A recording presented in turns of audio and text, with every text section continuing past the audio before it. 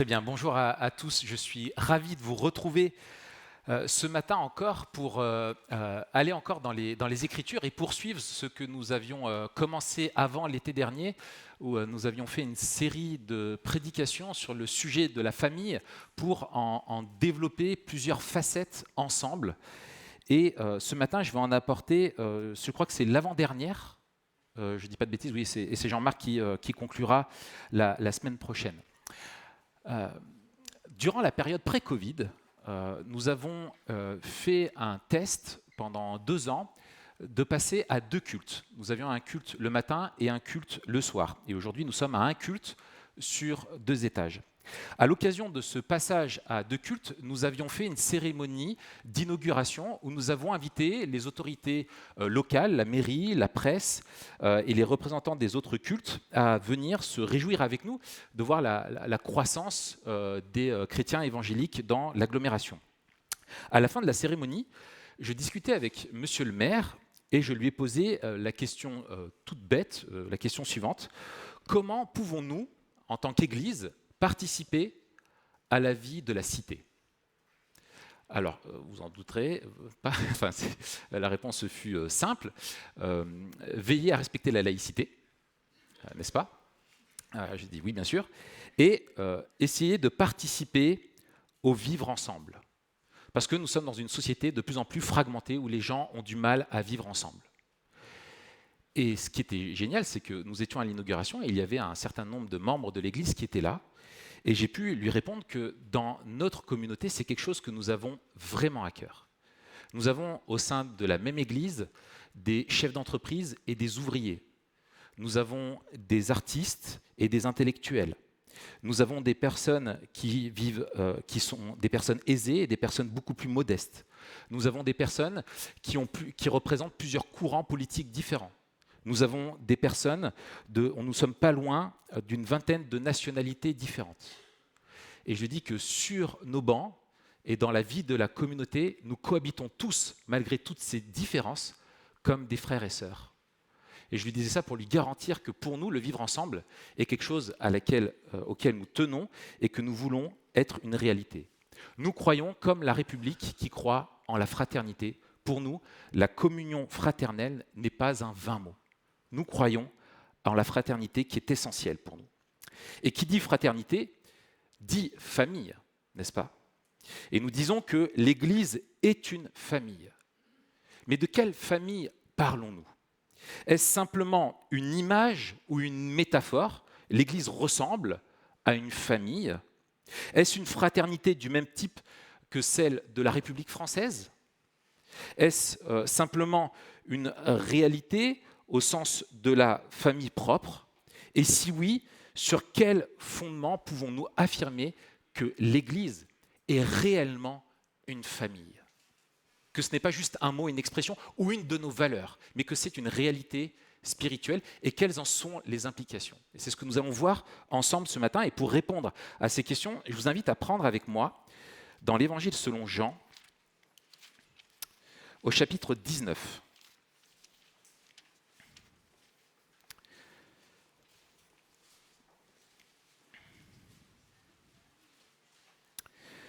En Jean chapitre 19, et pour ceux qui ont la Bible qui est sur les bancs, c'est la page 704.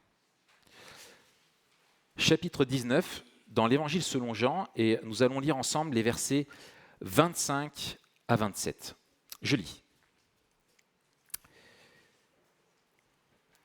Près de la croix de Jésus se tenait sa mère, la sœur de sa mère, Marie la femme de Clopas et Marie de Magdala. Jésus vit sa mère et près d'elle le disciple qu'il aimait. Il dit à sa mère, « Femme, voici ton fils. » Puis il dit au disciple, « Voici ta mère. » Dès ce moment-là, le disciple l'a pris chez lui. Fin de la lecture. Je crois que nous avons dans ce texte embryonnaire toute la réalité de la famille, de l'Église comme famille.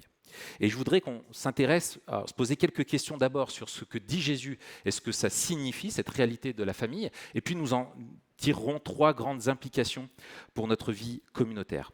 Tout d'abord, quand est-ce que Jésus prononce ces mots? Il les prononce une fois qu'il est crucifié. Dans le passage, dans les versets qui précèdent, Jésus vient de vivre une parodie de procès et il vient d'être crucifié et Jean met l'insistance sur le fait que c'est Jésus qui est le roi crucifié. Dans l'ironie et de cette mascarade sordide dont Jésus est la victime, il est moqué pour être prétendument le roi alors que c'est ce qu'il est réellement. Et ce n'est pas un hasard si Jésus prononce ces paroles à ce moment-là de la croix. Et non plus, les mots choisis ne sont pas du tout un hasard. Veut-il simplement dire à sa mère et à son ami d'être solidaires? Maintenant que je ne suis plus là, serrez-vous les coudes, prends soin de lui comme de ton fils, ou veille sur elle comme si c'était ta mère. Non, Jésus ne dit pas ça. Jésus dit un mot-clé dans cette phrase qui est « voici ». Voici, voici qui est ton fils, voici qui est ta mère. C'est la déclaration d'un roi qui va souffrir pour créer une réalité nouvelle, une réalité de fait. Jésus déclare cette réalité nouvelle pour eux, qui sont tous deux ses disciples en lui, et par la croix, ils deviennent une famille. Dans son récit de la vie de Jésus, Jean, qui est l'auteur de cet évangile, met l'accent sur le fait que le salut des disciples est leur adoption par le Dieu qui est le Dieu trinitaire. L'adoption chez Jean est quelque chose d'essentiel. Et vous pouvez remonter quelques pages juste avant, au chapitre, juste une page d'ailleurs dans cette Bible, au chapitre 17, dans les versets 20 à 23. Voici ce que dit Jésus au chapitre 17, versets 20 à 23. « Je ne prie pas pour eux seulement, mais encore pour ceux qui croiront en moi à travers leurs paroles, afin que tous soient un, comme toi, Père, tu es avec moi, et comme je suis en toi, afin qu'eux aussi soient un en nous, pour que le monde croie que tu m'as envoyé. Je leur ai donné la gloire que tu m'as donnée, afin qu'ils soient comme nous, afin qu'ils soient un comme nous sommes un. Moi en eux et toi en moi, afin qu'ils soient parfaitement un, et qu'ainsi le monde reconnaisse que tu m'as envoyé et que tu les as aimés comme tu m'as aimé. » Et c'est au moment décisif de la croix que Jésus déclare son ami et sa mère comme formant une nouvelle famille, comme étant unis en lui dans cette nouvelle famille. Notre salut consiste en notre union avec Jésus-Christ, dans notre union en lui. L'expression « en lui » qui revient dans Jean, revient plus de 250 fois dans le Nouveau Testament. Et chez Jean en particulier, qui est l'auteur seulement de quelques épîtres et de ce livre, un auteur moins important que l'apôtre Paul, il revient 50 fois cette expression. 50 fois, nous sommes déclarés en lui. L'apôtre Paul parle aussi de cette union avec Christ abondamment. L'un des grands aspects de cette union, et qui est essentiel de comprendre pour comprendre pourquoi nous formons ensemble une famille, c'est ce qu'on appelle notre solidarité avec Jésus. L'union avec Christ est quelque chose de très riche, mais un de ces aspects est l'aspect qu'on appelle de la solidarité avec le Christ. Paul parle abondamment des chrétiens comme étant crucifiés avec Christ, ensevelis avec Christ, ressuscités avec Christ, dans les lieux célestes avec Christ ou en Christ.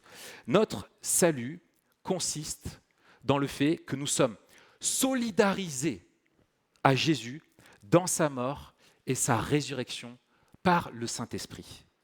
Nous sommes en Christ, nous sommes donc ce que Jésus est, juste, nous sommes déclarés justes devant le Père, nous recevons cette bénédiction-là et nous devenons de plus en plus semblables à ce que Jésus est, c'est-à-dire saint.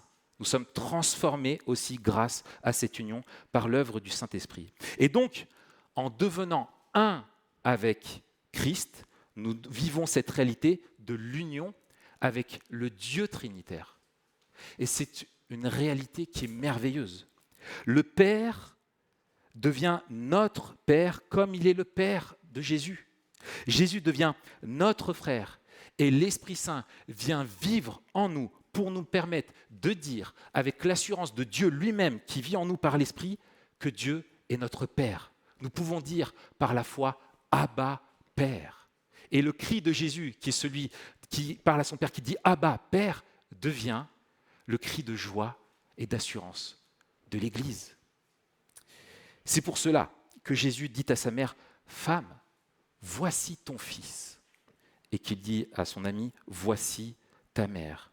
Puisqu'ils sont tous deux unis en lui, ils sont tous deux unis l'un à l'autre. Ils forment une nouvelle famille. L'Église est donc réellement la famille de Dieu. Elle est composée de la totalité des hommes et des femmes que Dieu a déjà rachetés, qu'il rachète encore aujourd'hui et qu'il rachètera pour demeurer au milieu d'elle, cette famille, dans l'éternité de la nouvelle création. Le Père et sa famille, tous ses enfants, réunis avec lui.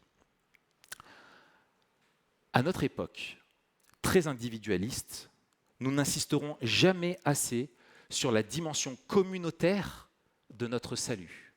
Certes, nous avons un salut personnel, mais nous ne devons pas oublier que ce salut n'est pas individuel. Nous sommes sauvés personnellement, mais nous sommes intégrés dans une communauté qui est une famille. Et à notre époque très individualiste, nous mettons beaucoup trop l'accent aux dépens de la réalité communautaire sur la réalité individuelle. C'est moi, mon Jésus, mon salut, mon Saint-Esprit, ma Bible. Il n'y a qu'à regarder, simplement pour nous aider à prendre conscience de comme nous sommes marqués par notre individualité à notre époque. Regardez le nombre de cantiques que nous chantons qui sont en jeu. Ce que tu as fait pour moi, je, etc. Alors que nous sommes en Église, alors que c'est le nous. Mais nous avons à cœur de manifester la réalité personnelle, mais parfois aux dépens de la réalité communautaire. Et donc nous devons maintenir cette saine tension entre un salut qui est individuel, mais qui est pour être une intégration dans une communauté et dans une famille. Notre salut est tout autant notre réconciliation avec le Père que notre intégration dans sa famille qui est unie par le Christ dans l'Esprit. Ainsi, tous les enfants de Dieu deviennent nos frères et sœurs. Nous sommes réellement dans une famille. Et je voudrais dégager 3 implications de cette réalité spirituelle pour nous. La première, c'est que la réalité spirituelle doit devenir une réalité sociale, une réalité de vie. L'Église, la réalité de la vie d'Église n'est pas juste un à côté de la vie chrétienne, une option ou une association qui peut être là pour nous aider quand nous avons besoin. Et encore moins une entreprise où on trouve un poste et où on veut faire carrière. C'est encore moins un endroit où l'on va pour consommer des services spirituels comme le culte, la prière, faire son petit chant pour son Dieu à soi, etc. L'Église est une famille. Et on voit qu'il y a une réalité qui se vit directement dans ce texte de Jean 19, où Jean nous dit que dès ce moment-là, le disciple prit la mère de Jésus chez lui. Réalité déclarée par Christ, vécue sur terre. Marie, la tradition dit que probablement elle était veuve, et c'est pour ça aussi qu'elle a habité chez Jean. Elle suivait en partie le ministère de Jésus. On la retrouve par exemple aux noces de Cana et à d'autres endroits comme ça. Eh bien, Marie a vécu avec les disciples. Et ce qu'il faut retenir ici, c'est que Jésus crée une unité entre nous qui doit être entretenue et développée. Et cette unité doit être une unité réelle, sociale, qui se vit. Il n'y a pas d'unité si on ne se trouve pas dans un même lieu, si on ne partage pas la même vie, que ce soit dans les lieux célestes ou sur terre. L'Église locale est une famille qui démontre ici-bas la réalité de l'Église universelle, de l'Église dans les lieux célestes. Ce n'est qu'en faisant Église que nous manifestons la réalité de l'Église. Nous avons besoin de nous retrouver et de vivre ensemble une vraie vie spirituelle. La deuxième implication, c'est que la réalité spirituelle de l'Église comme famille de Dieu dépasse la réalité naturelle de la famille biologique. Et là, peut-être que ça va vous surprendre ou un petit peu vous heurter. Mais permettez-moi de développer, vous verrez, ça finit bien. Plusieurs fois, on est mal à l'aise quand on lit dans les évangiles, on a l'impression que Jésus met la famille naturelle à distance. Il y a une forme de tension. Par exemple, Jésus a dit à des personnes qui venaient le voir pour lui dire que sa famille le cherchait, il leur a répondu, c'est en Matthieu 12, Qui est ma mère et qui sont mes frères ? Puis il tendit la main vers ses disciples et dit, Voici ma mère et mes frères. En effet, celui qui fait la volonté de mon Père céleste, celui-là est mon frère, ma sœur, ma mère. Et Jésus place également la fidélité à la famille spirituelle, à la réalité, la fidélité à lui-même, à Jésus, au-dessus de la fidélité à notre famille biologique, si celle-ci se met entre nous et Christ. Il dit en Matthieu 10, versets 34 à 39, « Ne croyez pas que je sois venu apporter la paix sur terre, je ne suis pas venu apporter la paix, mais l'épée. Car je suis venu mettre la division entre l'homme et son père, entre la fille et sa mère, entre la belle-fille et sa mère. Et l'on aura pour ennemis les membres de sa famille. Celui qui aime son père ou sa mère plus que moi n'est pas digne de moi. Et celui qui aime son fils ou sa fille plus que moi n'est pas digne de moi. Celui qui ne prend pas sa croix et ne me suit pas n'est pas digne de moi. Celui qui conservera sa vie la perdra, et celui qui perdra sa vie à cause de moi la retrouvera. » Et là, ici, il y a le plus que, où Jésus revendique avoir la première place en termes de fidélité, de devoir et de loyauté. Jésus a également enseigné que le mariage n'existerait plus dans la nouvelle création, que c'était une réalité pour cette étape du grand plan de la rédemption de Dieu et que la vie éternelle sera semblable à celle d'un mariage entre Christ et l'Église, de la famille de Dieu le Père qui est réunie, et nous vivrons cette réalité-là universelle en communion avec Dieu, et c'est cette réalité-là qui nous comblera. Mais Jésus, bien sûr, ne veut pas dévaluer la famille. Bien entendu que non. Il y a une saine tension ici à retrouver dans les textes. La famille biologique, nous l'avons parcouru pendant tous ces derniers enseignements, est une création de Dieu. Elle est fondamentalement bonne. Mais ce que Jésus commençait à enseigner à ses disciples et ce qu'il voulait qu'ils comprennent, c'est que cette réalité humaine renvoie à une réalité spirituelle, théologique, encore plus glorieuse, qui est celle de la famille spirituelle, la famille éternelle. On pourrait dire le gros mot, la famille eschatologique, c'est la famille ultime et éternelle que l'on vivra dans notre communion dans les nouveaux cieux avec Dieu. En Genèse 2, 24, nous l'avons vu, le texte qui est fondateur du mariage, Moïse dit « C'est pourquoi l'homme quittera son père et sa mère et s'attachera à sa femme, et ils ne feront qu'un. » Nous sommes appelés à quitter nos parents. La famille sur terre est une famille qui est transitoire, mais nous ne quitterons jamais notre Père éternel. Nous serons pour toujours avec lui. Et ce que nous devons retenir, c'est que la réalité de la familiale est construite sur la réalité finale de l'Église, de là où nous allons. La réalité de la famille est construite sur la réalité de l'Église qui est locale, qui elle-même est construite sur la réalité de l'Église universelle, qui tend vers la réalité ultime, qui est notre vie avec le Seigneur pour l'éternité. Au XXe siècle, tout le mouvement pour la liberté sexuelle a conduit notre société à s'éloigner de plus en plus vers ce qu'elle appelle des valeurs traditionnelles, ce que nous déclarons être une norme et un fondement biblique pour la famille.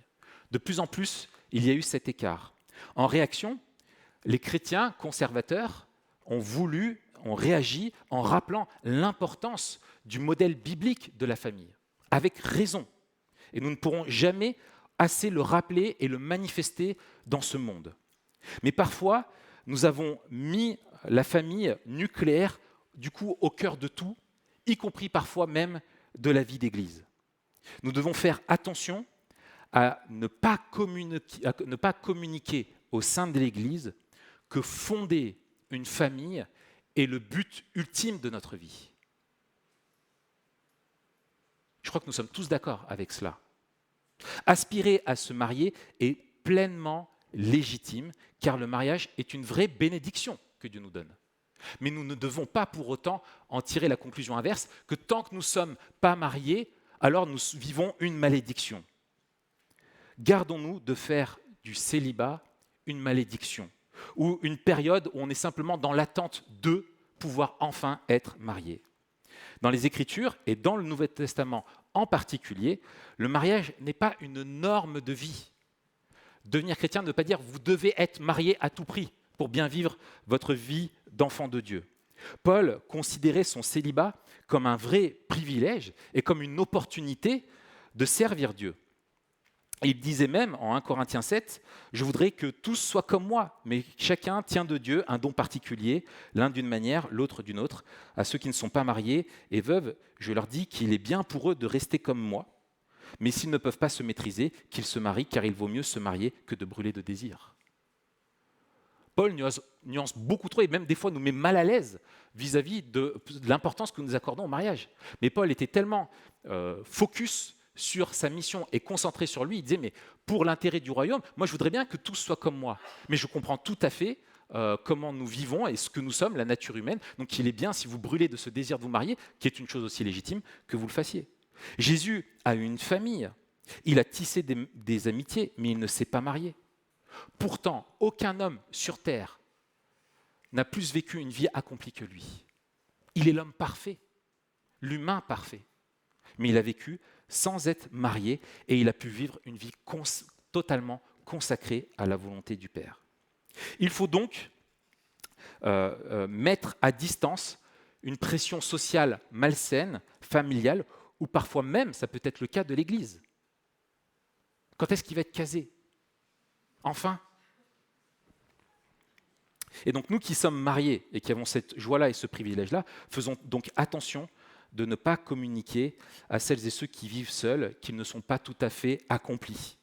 Tant que tu n'auras pas trouvé l'amour, c'est le discours de notre société, tant que tu n'auras pas trouvé l'amour, la personne qui pourra te compléter, eh bien tu demeureras triste et incomplet. Il y a quelque chose de vrai là-dedans. Mais l'amour de qui ? C'est l'amour du Père qui nous comble. Seul l'amour du Père peut nous combler.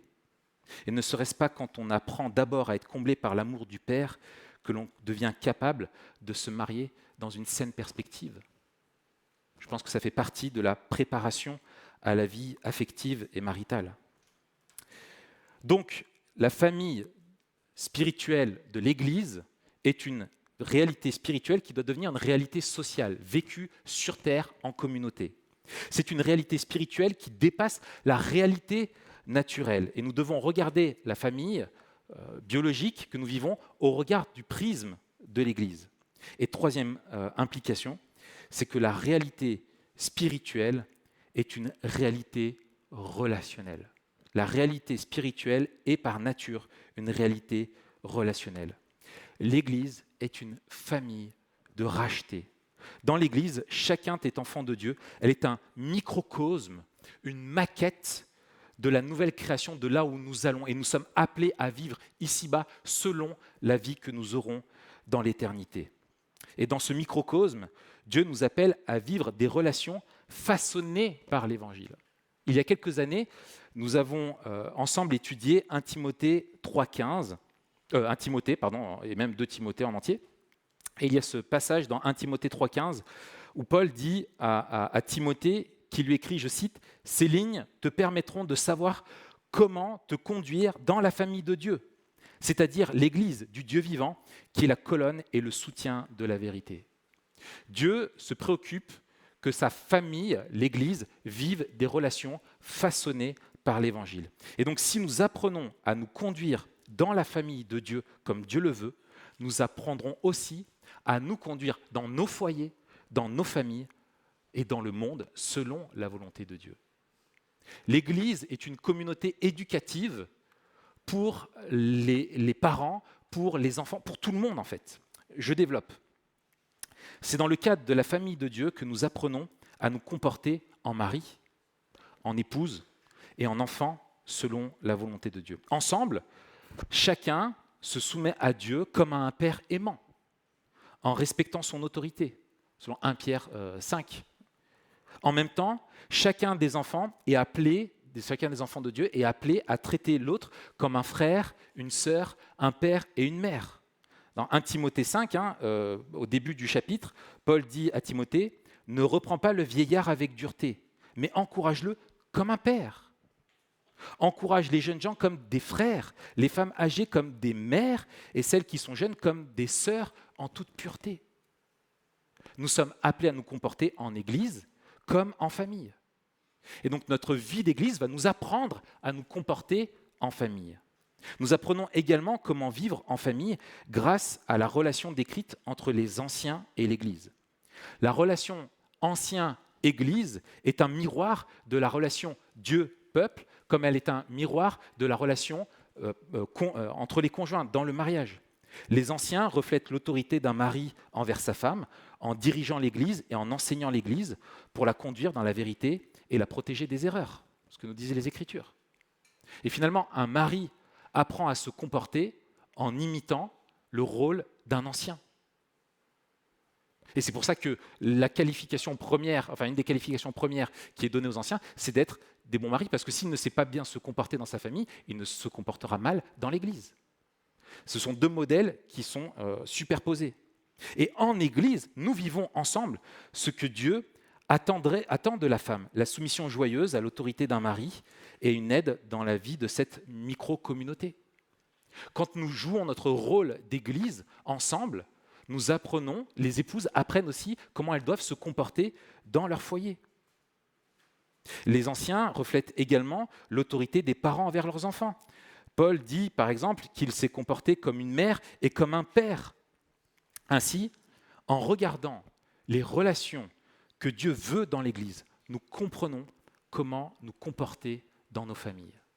La famille est bâtie sur le modèle de l'Église locale est bâtie sur la réalité de l'Église universelle, qui est bâtie sur une réalité vers laquelle nous allons, encore une fois. Alors comment manifestons-nous que nous sommes réellement une famille et que ce n'est pas juste un discours? Est-ce qu'une personne avancée en âge et qui vit seule, que ce soit suite au décès de son conjoint ou à un divorce, peut dire, certes, je n'ai plus mon conjoint à mes côtés, mais je suis comblé de fils et de filles, de frères et de sœurs qui veillent sur moi et que je peux aussi aider. Est-ce que nous voyons ces personnes seules comme notre père ou notre mère qui a besoin de notre réconfort et de notre soutien? Est-ce qu'un jeune converti qui n'a pas de famille chrétienne peut dire « j'ai trouvé des frères et des sœurs, des modèles de père et de mère qui m'apprendront à devenir un homme de Dieu ou une femme de Dieu, un époux ou une épouse ?»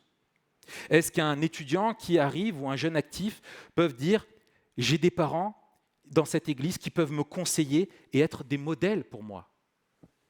J'ai des petits frères et des petites sœurs que je peux aider et soutenir les familles dans l'éducation de leurs enfants en étant un grand frère pour ces jeunes. » Est-ce qu'une maman qui doit élever seule ses enfants peut dire « mes enfants ont des modèles de père dans cette église, ont des modèles de grands frères à qui ils peuvent s'identifier et des personnes qui s'impliquent dans leur vie pour les aider à devenir des hommes et des femmes. » Est-ce qu'un couple ou des parents en difficulté peuvent dire « nous avons des familles qui peuvent nous aider dans nos difficultés, qui sont des modèles et qui se préoccupent de nous ».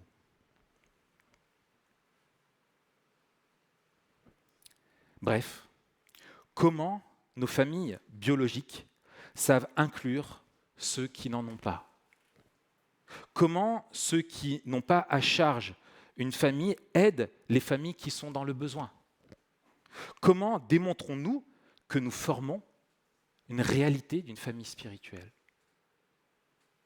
En cette rentrée, ce sont des bonnes questions à nous poser, parce que ce que nous voulons vivre, c'est cette réalité de l'Église que nous sommes la famille de Dieu, l'expression de la famille de Dieu pleine et entière ici dans cette Église locale. Prions.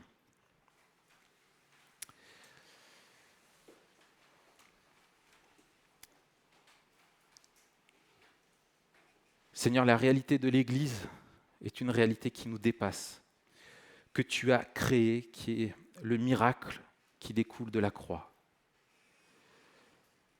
Seigneur, nous reconnaissons que nous sommes une famille tellement dysfonctionnelle et que nous le serons jusqu'à ton retour.